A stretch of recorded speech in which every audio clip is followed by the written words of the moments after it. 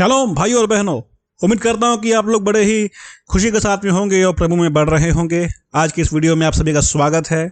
आज की जो वीडियो है वो एक खास विषय के ऊपर है, क्योंकि काफ़ी सारे भाइयों ने हमारे साथ में निवेदन किया था कि उनको रैप्चर के ऊपर बताया जाए। तो आज की ये वीडियो रैप्चर के बारे में है। रैप्चर क्या है, रैप्चर कब होगा, इस वीडियो में आपको जानकारी मिलने वाली है। देखिए, मेरा मकसद बाइबल गुरुजी के दर्शकों को एक गहरा और वचन के मुताबिक बिल्कुल स्पष्ट अध्ययन देना है। इसलिए रैप्चर और प्रभु के आगमन के ऊपर एक लंबी सीरीज चलने वाली है। आप सभी से मेरा निवेदन है कि सीरीज के हर वीडियो को बड़ी बारीकी से देखिएगा। मुझे पूरा यकीन है कि इस सीरीज के साथ आपके सभी सवालों के जवाब जो प्रभु यीशु के दूसरे आगमन के संबंध में होंगे, उन सभी के जवाब आपको जरूर प्राप्त हो जाएंगे। बने रहिए हमारे साथ में। अगर आपने अब तक चैनल को सब्सक्राइब नहीं किया है तो जरूर कर लीजिए, क्योंकि आप एक बहुत ही महत्वपूर्ण बातों को बहुत ही स्पष्टता के साथ में सीखने जा रहे हैं। चलिए शुरू करते हैं अपना सफर। रैप्चर क्या है? रैप्चर शब्द आपको हिंदी के बाइबल में नहीं मिलेगा और ना ही अंग्रेजी के बाइबल में मिलेगा। अगर रैप्चर का डिक्शनरी अर्थ देखा जाए तो इसका अर्थ उमंग या उत्तेजना या बहुत ही ज्यादा हर्ष में होना होता है। आपको वह शब्द रैप्चर जिसे मसीही जगत में इस्तेमाल किया जाता है डिक्शनरी के अर्थ से मिलाकर नहीं समझना है, बल्कि इसे प्रभु के दूसरे आगमन पर होने वाली एक घटना के रूप में ही समझना है। चलिए मैं आपको बताता हूं कि रैप्चर शब्द आखिर आ कहां से रहा है। अगर आप पहली थिस्सलुनीके की पत्री चौथे अध्याय के 16 और 17 आयत को पढ़े तो वहां लिखा है, क्योंकि प्रभु आप ही स्वर्ग से उतरेगा, उस समय ललकार और प्रधान दूत का शब्द सुनाई देगा और परमेश्वर की तुरही फूकी जाएगी, और जो मसीह में मरे हैं वे पहले जी उठेंगे। तब हम जो जीवित और बचे रहेंगे उनके साथ बादलों पर उठा लिए जाएंगे कि हवा में प्रभु से मिले, और इस रीति से हम सदा प्रभु के साथ रहेंगे। इस आयत में जो उठा लिए जाएंगे शब्द है उसे आपको ध्यान देना है। इसी शब्द को रैप्चर कहते हैं। नया नियम ग्रीक भाषा में लिखा गया था। अब उठा लिए जाएंगे के लिए ग्रीक में हरपैजो शब्द इस्तेमाल किया गया है। हरपैजो, इसी शब्द को जब लतीन भाषा में अनुवाद किया गया तो रैपियो शब्द किया गया। रैपियो शब्द से बाद में रैप्चर शब्द का इस्तेमाल शुरू हुआ। अब क्योंकि यह शब्द बहुत प्रचलित है, इसलिए इसे इस्तेमाल करने में कोई गलती है मैं नहीं सोचता हूं। बशर्ते आपको उसका सही इस्तेमाल क्या है मालूम होना चाहिए। देखिए, ग्रीक नए नियम में हरपैजो जिससे रैप्चर शब्द निकला, उस शब्द का इस्तेमाल आपको समझना है। लगभग 17 बार इस शब्द का इस्तेमाल नए नियम में किया गया है। इसका वास्तविक अर्थ होता है बलपूर्वक कब्जा कर लेना या छीन लेना या पकड़ लेना। उदाहरण के लिए मत्ती सुसमाचार 11 अध्याय के 12 में प्रभु यीशु कहते हैं, यूहन्ना बपतिस्मा दाता के दिनों से अब तक स्वर्ग के राज्य पर जोर होता रहा है और बलवान उसे छीन लेते हैं। देखा आपने, यहां पर छीन लेते हैं के लिए ग्रीक में हरपैजो शब्द इस्तेमाल किया गया है, जिससे तात्पर्य यह है कि एक विश्वासी स्वर्ग के राज्य को अपना बना लेता है, वो भी बल के साथ में। यूहन्ना के 10 अध्याय 12 आयत में लिखा है, मजदूर जो न चरवाहा है न भेड़ों का मालिक है, भेड़ियों को आते हुए देख भेड़ों को छोड़कर भाग जाता है और भेड़िया उन्हें पकड़ता और तीतर बीतर कर देता है। अब ध्यान दीजिए, इस आयत में जो पकड़ता शब्द है उसके लिए ग्रीक में हरपैजो शब्द इस्तेमाल किया गया है, और मतलब यह है कि भेड़िया भेड़ को पकड़ लेता है, छीन लेता है, नष्ट कर देता है। अब देखिए, प्रेरितों की पुस्तक 8 अध्याय के 39 में लिखा है, जब वे जल में से निकलकर ऊपर आए तो प्रभु का आत्मा फिलिप्पुस को उठा ले गया। यहां पर इस आयत में उठा ले जाने के लिए हरपैजो शब्द का इस्तेमाल किया गया, जिसका अर्थ यह है कि आत्मा फिलिप्पुस को उठाकर एक दूसरे नगर में पहुंचा दिया।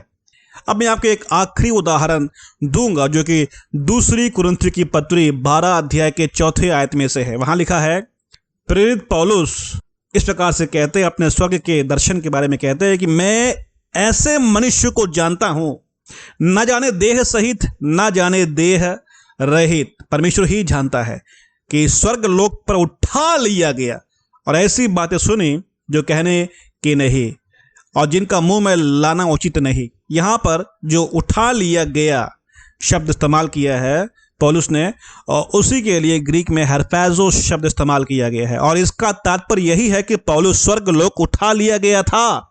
अब मैंने आपको इतने आयतों में से हरपैजो शब्द का इस्तेमाल इसीलिए बताया है कि इस शब्द का सही अर्थ क्या है आप उसे समझ सके। हर जगह इसका इस्तेमाल बलपूर्वक उठाना या पकड़ना या फिर छीन लेना उसके लिए किया हुआ है। इस शब्द का अनुवाद देखिए आपको उसके संदर्भ में ही करना है और किस जगह किस बात के लिए इस्तेमाल किया जा रहा है उसको आपको समझना पढ़ना जरूरी है। पहली थिस्सलुनीके की पत्री 4 अध्याय के 17 में हरपैजो शब्द का इस्तेमाल सभी विश्वासियों का जो मुर्दों में से जीवित हो उठेंगे और जिंदों में से जो रूपांतरित हो चुके होंगे, सभी का एक साथ प्रभु के पास उठा लिए जाने की प्रक्रिया को रैप्चर कहते हैं, हरपैजो कहते हैं। वहां पर हरपैजो का इस्तेमाल किया गया है। तो हरपैजो का मतलब क्या है? बलपूर्वक इन विश्वासियों को उठा लेना या छीन लेना, पृथ्वी पर से उनको खींच लेना। ध्यान दीजिए कि रैप्चर का मतलब विश्वासियों का स्वर्गदूतों के समान उड़कर जाना नहीं है। बहुत लोग ऐसा सिखाते हैं, प्रचार करते हैं कि जब रैप्चर होगा, जब प्रभु यीशु आएगा गुप्त रूप से, तो हम लोग उड़ करके ऊपर जाएंगे। ऐसा कुछ नहीं है। हम लोग उड़ के नहीं जाने वाले हैं, बल्कि हम वहां पर निष्क्रिय होने वाले हैं। प्रभु वहां पर सक्रिय होगा। जब सक्रिय होगा, उसकी सक्रियता के कारण जो है हम विश्वासी गण लोग उठाए जाने वाले हैं। उसको बोलते हैं रैप्चर। प्रभु यीशु मसीह के आगमन के वक्त में जो घटना होगी, उठाए जाने की जो प्रक्रिया होगी, उसको बोलते हैं हरपैजो, और हरपैजो से ही जो है रैप्चर शब्द आया हुआ है। तो जब भी आप सुनते हैं रैप्चर, तो इसका मतलब क्या है? इसका मतलब यही है कि प्रभु यीशु मसीह के आगमन के वक्त में जितने भी विश्वासी जो मसीह में मर गए हैं, वो जो जी उठेंगे और जो जीवित रहेंगे वो बदल जाएंगे, और ये दोनों का एक साथ उठाया जाना। ध्यान दीजिएगा, मसीहियों का जी उठना या रूपांतरित होना रैप्चर नहीं है, बल्कि उस घटना के बाद पुनरुत्थान और रूपांतरण के पश्चात जो प्रक्रिया होती है उठा लिया जाना, सिर्फ उसी को उठा लिए जाने की प्रक्रिया को ही हरपैजो कहते हैं, उठा लिया जाना। अब आपको दिमाग में ये सोचना है रैप्चर का मतलब क्या है? उठा लिया जाना, बस यही है इसका मतलब, उठा लिया जाना। हरपैजो खींच लिया जाना। तो रैप्चर क्या है? विश्वासियों का खींच लिया जाना, उठा लिया जाना, यही है इसका मतलब। चलिए अब देखते हैं कि रैप्चर कब होगा। आप नोट्स बनाइए। पहला पॉइंट क्या था? रैप्चर क्या है। दूसरा, रैप्चर कब और कहां होगा। कब और कहां होगा, इस पॉइंट को आपको बहुत ध्यान से सुनने की जरूरत है। देखिए मेरे प्रियो, रैप्चर का मतलब प्रभु का आगमन नहीं है। ध्यान से सुनिए आप, रैप्चर का मतलब प्रभु का आगमन नहीं है। क्यों? क्योंकि हमने पहले पढ़ा कि रैप्चर क्या होता है। इसका मतलब उठा लिया जाना होता है, आगमन नहीं होता है। उठा लिया जाना कब होने वाला है? रैप्चर कब होने वाला है? हम पढ़ते हैं प्रभु के आगमन के समय होने वाला है। तो रैप्चर क्या है? प्रभु के आगमन के समय होने वाली एक घटना है। कुछ लोग रैप्चर और दूसरे आगमन को गलत तरीके से सिखाते हैं। वे कहते हैं कि रैप्चर प्रभु के दूसरे आगमन के 7 साल पहले होने वाला है। वे कहते हैं कि रैप्चर वह पूरा सिलसिला है जिसमें प्रभु गुप्त रूप से स्वर्ग से बादलों पर दिखाई पड़ेगा। मतलब गुप्त रूप से, और यकायक सारे विश्वासी जो मुर्दे होंगे उस समय वे जी उठेंगे, कब्र खुल जाएगी और वो जीवित रहेंगे, पृथ्वी पर से गायब हो जाएंगे। सुना आपने, गायब हो जाएंगे, ऐसा कहते वो लोग। और टीवी और रेडियो पर बवाल मच जाएगा, कितने सारे लोग कहां गायब हो गए। कुछ फिल्मों में और कार्टून चित्रों में आपने देखा होगा कि आसमान से हवाई जहाज उस समय जमीन पर गिर पड़ेंगे, क्योंकि पायलट का रैप्चर हो गया होगा। सड़कों पर गाड़ी दुर्घटनाग्रस्त हो गई क्योंकि गाड़ी चलाने वाला एक विश्वासी था। पूरी पृथ्वी पर तबाही और त्राहिमाम मच जाएगा, लेकिन उनको मालूम नहीं पड़ेगा कि ये कहां गायब हो गए। कितना बड़ा झूठ है ये। देखिए, रैप्चर ना ही प्रभु के दूसरे आगमन के 7 साल पहले होगा और ना ही रैप्चर का अर्थ पुनरुत्थान और रूपांतरण में शामिल होना होता है। आइए फिर से पहली थिस्सलुनीके की पत्री 4 अध्याय के 16 और 17 आयत को पढ़ते हैं। लिखा है, क्योंकि प्रभु आप स्वर्ग से उतरेगा। ध्यान दीजिएगा, वहां लिखा है क्योंकि प्रभु आप स्वर्ग से उतरेगा। आपने ध्यान दिया कि यहां पर छूमंतर तरीके से प्रभु प्रकट नहीं हो रहा है, बल्कि उसका प्रकटीकरण इसलिए हो रहा है क्योंकि वह स्वर्ग से उतर रहा है। यह उतरना उसका दूसरा आगमन है। इब्रानियों की पत्री 9 अध्याय के 28 में ऐसा लिखा हुआ है, वैसे ही मसीह भी बहुतों के पापों को उठा लेने के लिए एक बार बलिदान हुआ। देखिए, ये जो बात है ना, एक बार बलिदान हुआ, वो है यीशु मसीह का पहला आगमन।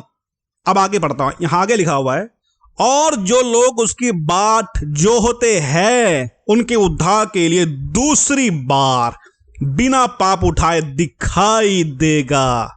यह आयत प्रभु यीशु के 2 आगमन के बारे में कहता है। पहला, जो कि मनुष्य के रूप में जन्म लेकर पापों के लिए बलिदान होने के लिए था। दूसरी बार वो अपने बाढ़ जो होने वालों को उद्धार देने के लिए दिखाई पड़ने वाला है। इस आयत में 2 बात स्पष्ट है कि उसका दूसरा आगमन यही आगमन है जो थिस्सलुनीके की पत्री में बताया जा रहा है, और वो दूसरा आगमन है।